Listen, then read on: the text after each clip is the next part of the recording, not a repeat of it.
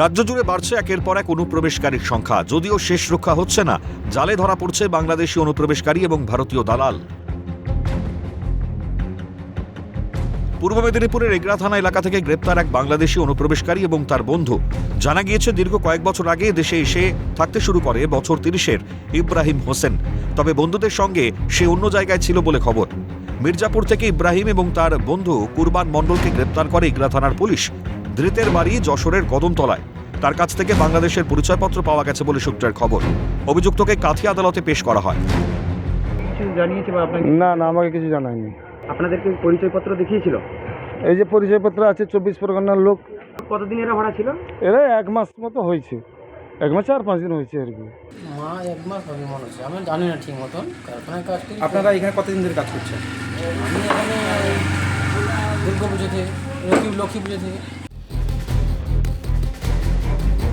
মুর্শিদাবাদের জলঙ্গি থেকে 7 বাংলাদেশি সহ 3 ভারতীয় দালালকে গ্রেপ্তার করে পুলিশ। ধৃত 7 জনের বাড়ি বাংলাদেশের কুষ্টিয়া জেলায়। অপরদিকে 3 ভারতীয় দালালের বাড়ি জলঙ্গি ও গোপালপুর এলাকায়। কী কারণে ভারতে এসেছিল তারা, তদন্ত শুরু করেছে পুলিশ। জলঙ্গি থানা থেকে 10 জনকে ধরা হয়েছিল। তোমার 7 জন বাংলাদেশি, 3 জন ভারতীয়। তো 3 জন ভারতীয় বা 1 জন বাংলাদেশিকে পুলিশ পিসি নিয়ে গেছে কিছু ইনভেস্টিগেশনের স্বার্থে। আর বাকি 7 জনের প্লেন জেসি হয়েছে। অবৈধভাবে ভারতে প্রবেশ এবং পুনরায় বাংলাদেশে ফিরে যাওয়ার আগেই গ্রেপ্তার 2 বাংলাদেশি। নদিয়ার ধানতলার বহিরগাছি বাজার এলাকা থেকে ধৃত 2 যুবককে সন্দেহভাজনভাবে ঘোরাঘুরি করতে দেখে পুলিশ। জিজ্ঞাসাবাদের পর পুলিশ জানতে পারে তারা অবৈধভাবে ভারতে প্রবেশ করেছে এবং চোরাই পথেই বাংলাদেশ ফিরে যাবার পরিকল্পনা ছিল। ধৃতদের নাম হাসিব শেখ এবং আমিনুর শেখ।